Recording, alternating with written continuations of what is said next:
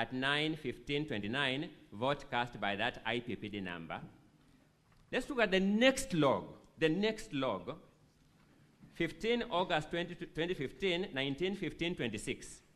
Let's go to the corresponding log on the following page, 17, 15th August 2025, 19:15:26. The same hour, the same minute, the same second. Go to the third entry, senators. This is 19:15:23. Then you got the following log, 19:15:23. Failed log, failed log. You see the same entries of the same IPPD number by the same person at the same hour, same minute, same second. This is a product of the copying of the logs for purposes of printing. It is not the logs in the system. It's how when you copy the log to print, you can copy twice. The results of this election, which my learned course will notify, are at pages 21 to page 26 of volume 4A. My apologies, not 26, 28.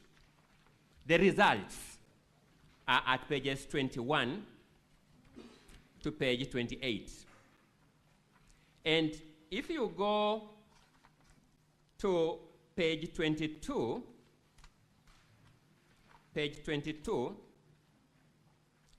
at the second box from the bottom, that is Honorable Chepkemoi Beatrice, you notice she voted yes at 19:15:19, and you don't see her in any other entry in the results of the vote. These are the results of the vote. This is what the speaker declared. You run from page 21 in any to page 28. In the you will see every senator, sorry, my apologies. These are the results of the vote. This is what the speaker declared. You run from page 21 in any to page 28. In the you will see every senator and my apologies. These are the results of the vote. Members will be contributing. Fortunately for us, this Senate is a crucible of talent. There are multiplicity of talent here, and there are ICT experts among you. They will demonstrate very clearly that you can't take a copying of the logs to print when it's copied twice, say therefore somebody voted twice.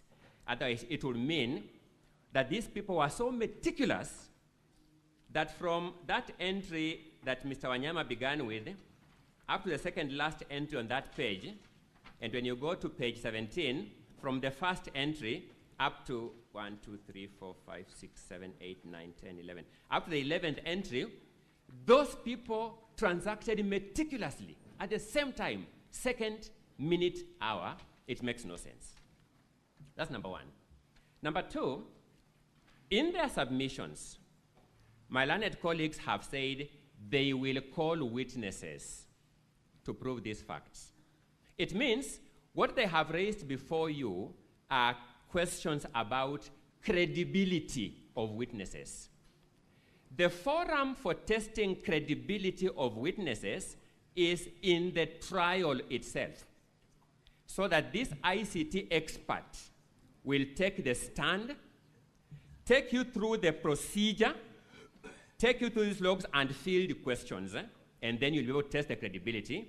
And that will be the case for any other person, including members of the county assembly. I'm making out a case that what has been argued before you is not a preliminary objection by any stretch of imagination of that word preliminary objection.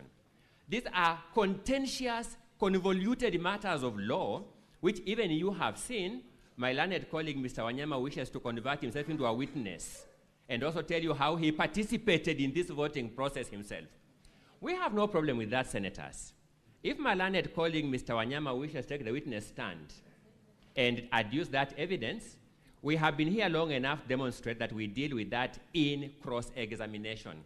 It is the only tool known to law for testing veracity of evidence. Allow me then to go to the standing orders. Standing order number 77 of the Kericho County Assembly standing orders is the operating standing order for this process.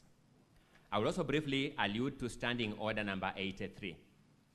Standing order number 77 provides that unless the Speaker, for the convenience of the Assembly, otherwise directs, voting on a division in the assembly shall be by electronic voting. So that the first grievance that my learned colleagues for the governor are raising is, why did the speaker comply with standing order number 77? That's the essence of the objection. 77.3 provides that during electronic voting, members shall cast their votes by pressing either the yes, no, or abstain button. I sat here and I listened to my learned colleague, Mr. Katwa Kigen, most polite colleague that I know, very courteous colleague that I know, saying that the word button means a manual button. A manual button. Technology has evolved. And when an electronic system prompts you with the 3 electronic buttons, yes, and you press it, no, and you press it, abstain, and you press it, I respectfully submit, you have pressed a button. So partly, again, this objection was based on a very manual understanding of the word button. And I don't know how much more I can say about that, but I think, Mr. Speaker, Senators, that's the best I can do.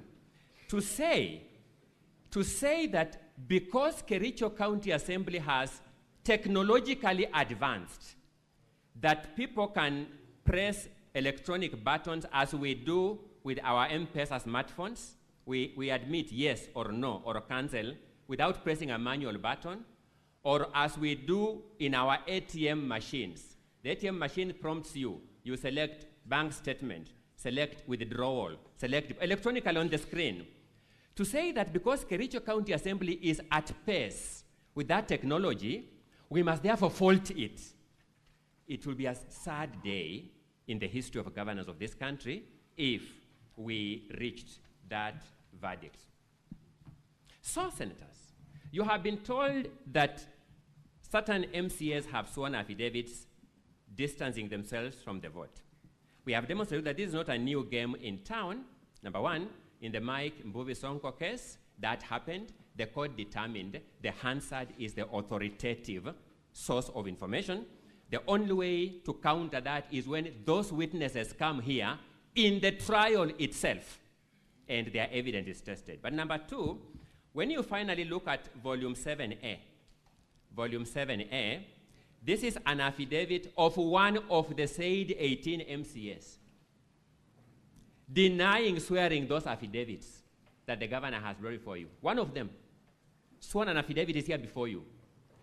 Distinguished Senators, can we resolve this matter without putting the actual people on the stand at the trial to resolve that matter? I submit respectfully that's impossible. Mr. Speaker, I know my time is up. May I just get 2 minutes to sum up my argument? Mr. Speaker, my apologies, my time is up. I want to just get some 2 minutes to sum up the argument. 2 minutes. Thank you so much, Mr. Speaker. So, Mr. Speaker, what are we saying in a nutshell? In a nutshell, we are saying that there is a witness affidavit supported by documents running from page 1 of volume 4A, running from page 4 of volume 4A to page 44 of volume 4A, giving you an audit trail of this voting process. Nothing can be a clearer explanation of a verifiable and accountable system of voting than a system that generates this kind of audit trails.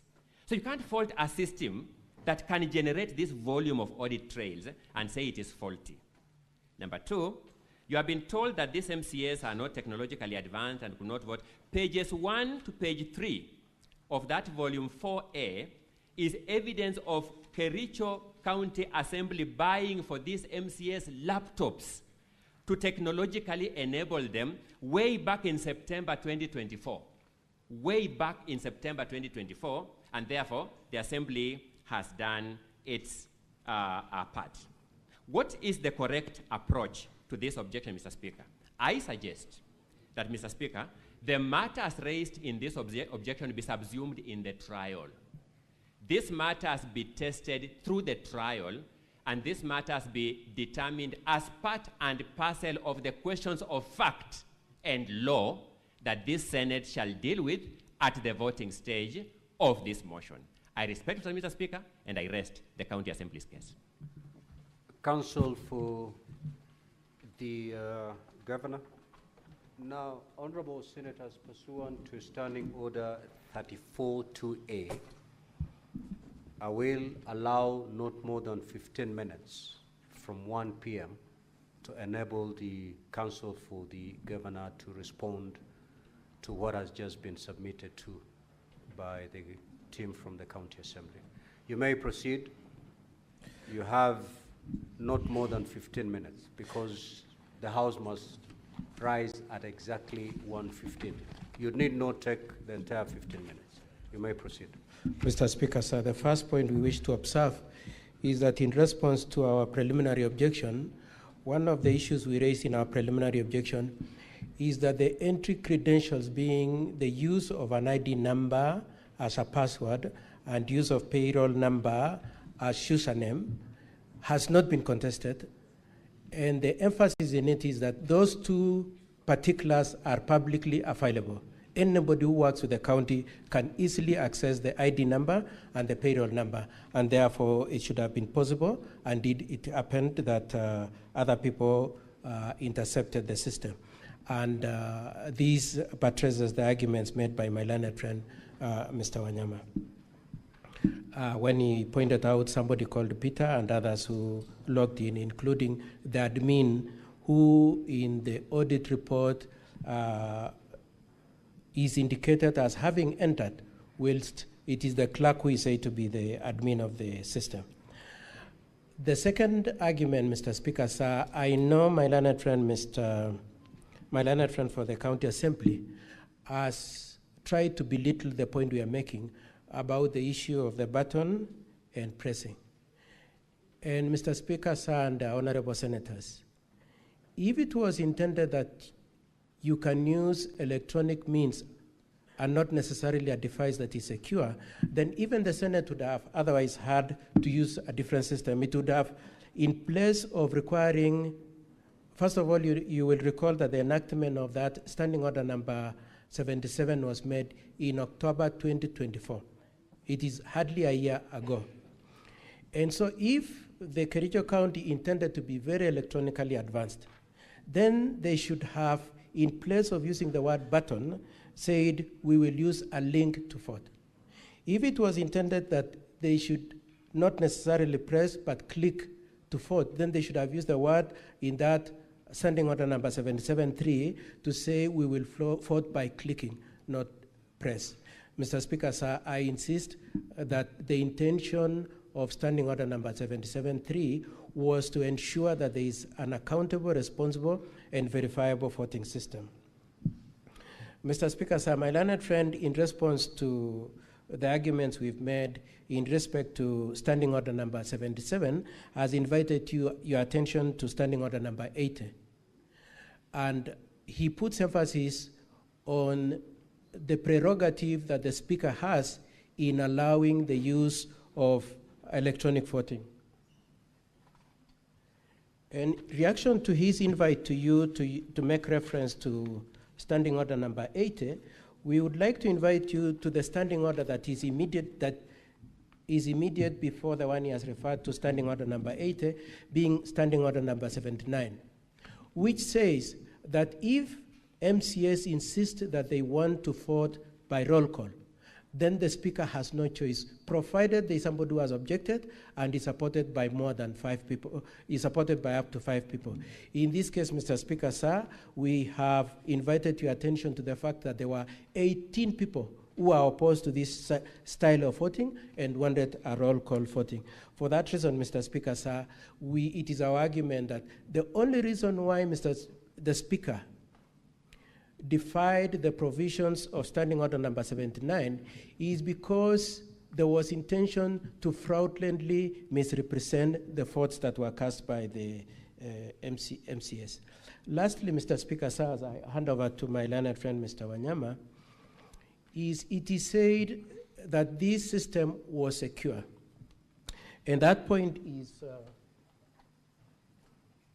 That point is buttressed by the affidavit by the IT expert that my learned friend, Mr. Ongoya, has repeatedly made reference to. And one of the things then that come up for your consideration in our preliminary objection is this.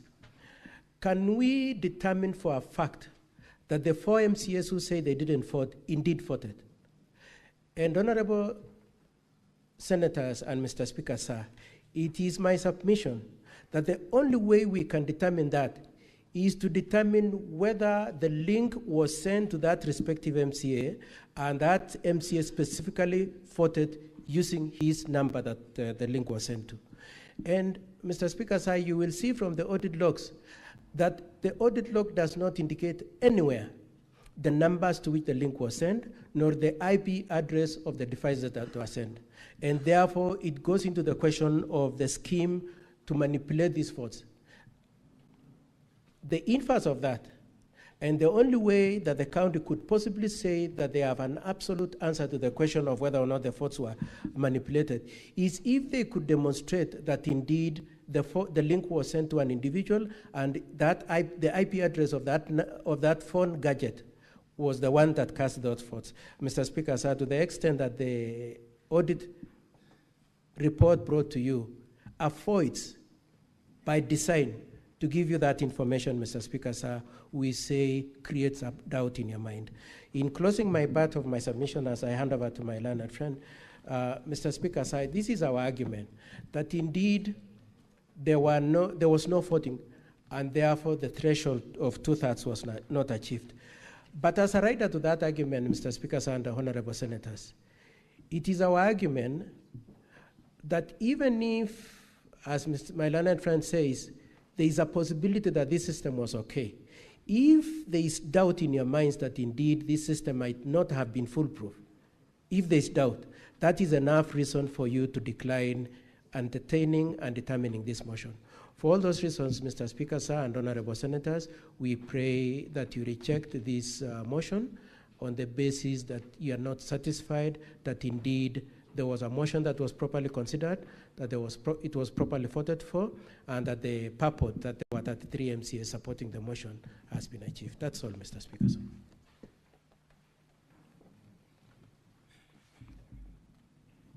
Yeah, Mr. Speaker, sir, I will stick to the time.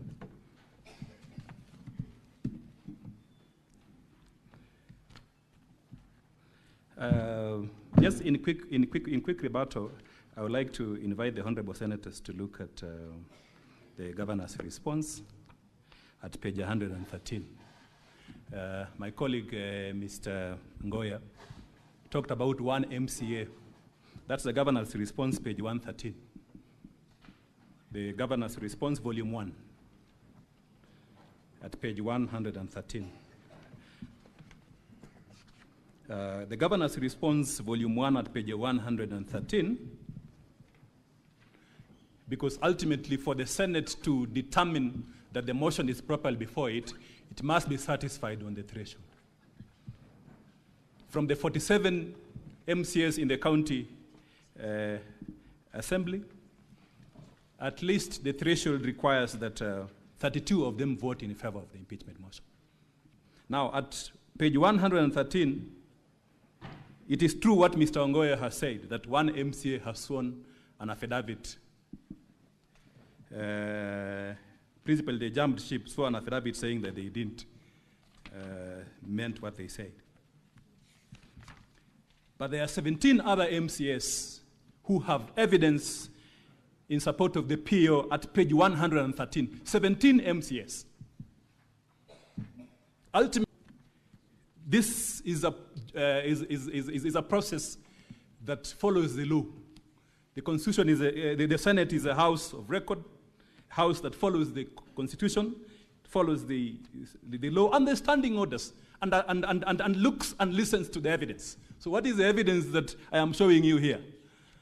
At page 115 is the evidence of 17 MCAs who have said they never supported the motion. So what does it mean?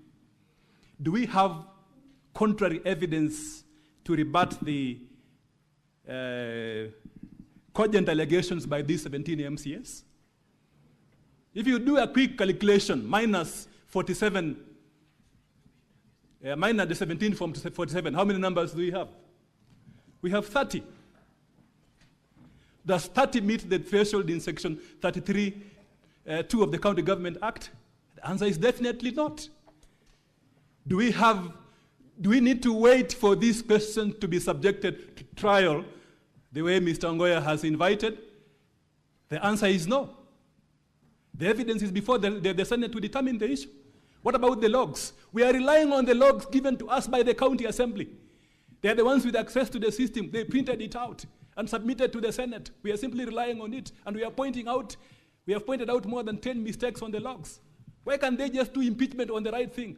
Why are they hiding in technology, trying to manipulate the votes for purposes of achieving an objective which the Constitution requires a very high threshold?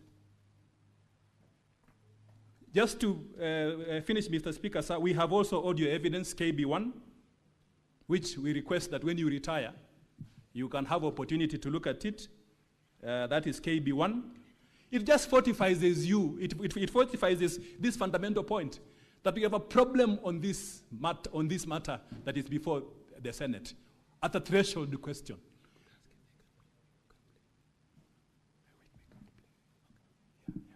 One of my colleagues, Mr. Speaker, sir, asking if we can play the audio. We have time for the audio. With your permission, can we play it? Proceed. You have 2 minutes to do that. The Senate will rise at exactly 1:15. Yes, we are requesting that KB1 be played. Sorry. Mr. Speaker, subject to your guidance, I'm just wondering whether introduction of new evidence in this matter, I'll be able to respond to it, because that's now new evidence. It is part of the bundle. It's part of the evidence that is already on record.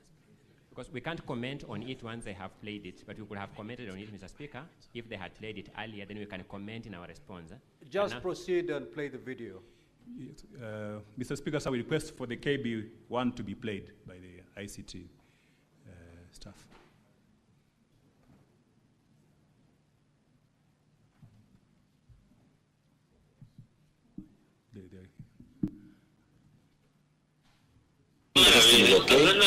We urge more counties to do their own ERP system just the way they are doing. It is something that has made the county work efficiently in terms of their elections.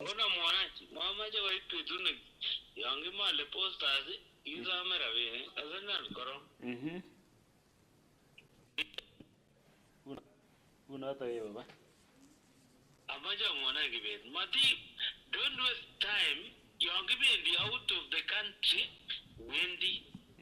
Your Honor, the screens, Mr. Speaker said the screens are off. There was a transcript. Yeah. Don't waste time. You're giving the out of the country, Wendy. Is ready. Ona mwanachi, mamaja wa ipi tuni. Yangi male posters.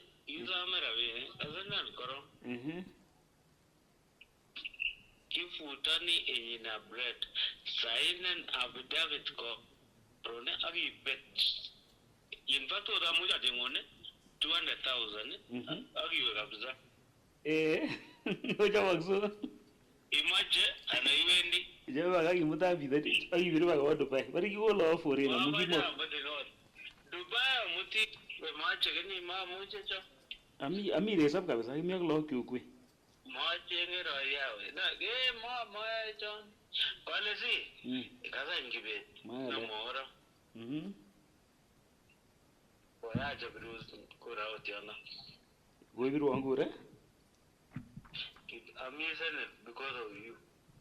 Hey. Pada kura anda nyone? Yeah? I don't go in changa banas. Hey. Yeah? Yeah. Come on, yeah, thank you, bro. Come on, Lini. Do it. You are defending a governor, the Gibe Sarta.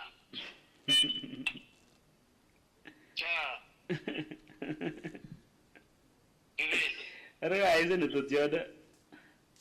Yeah.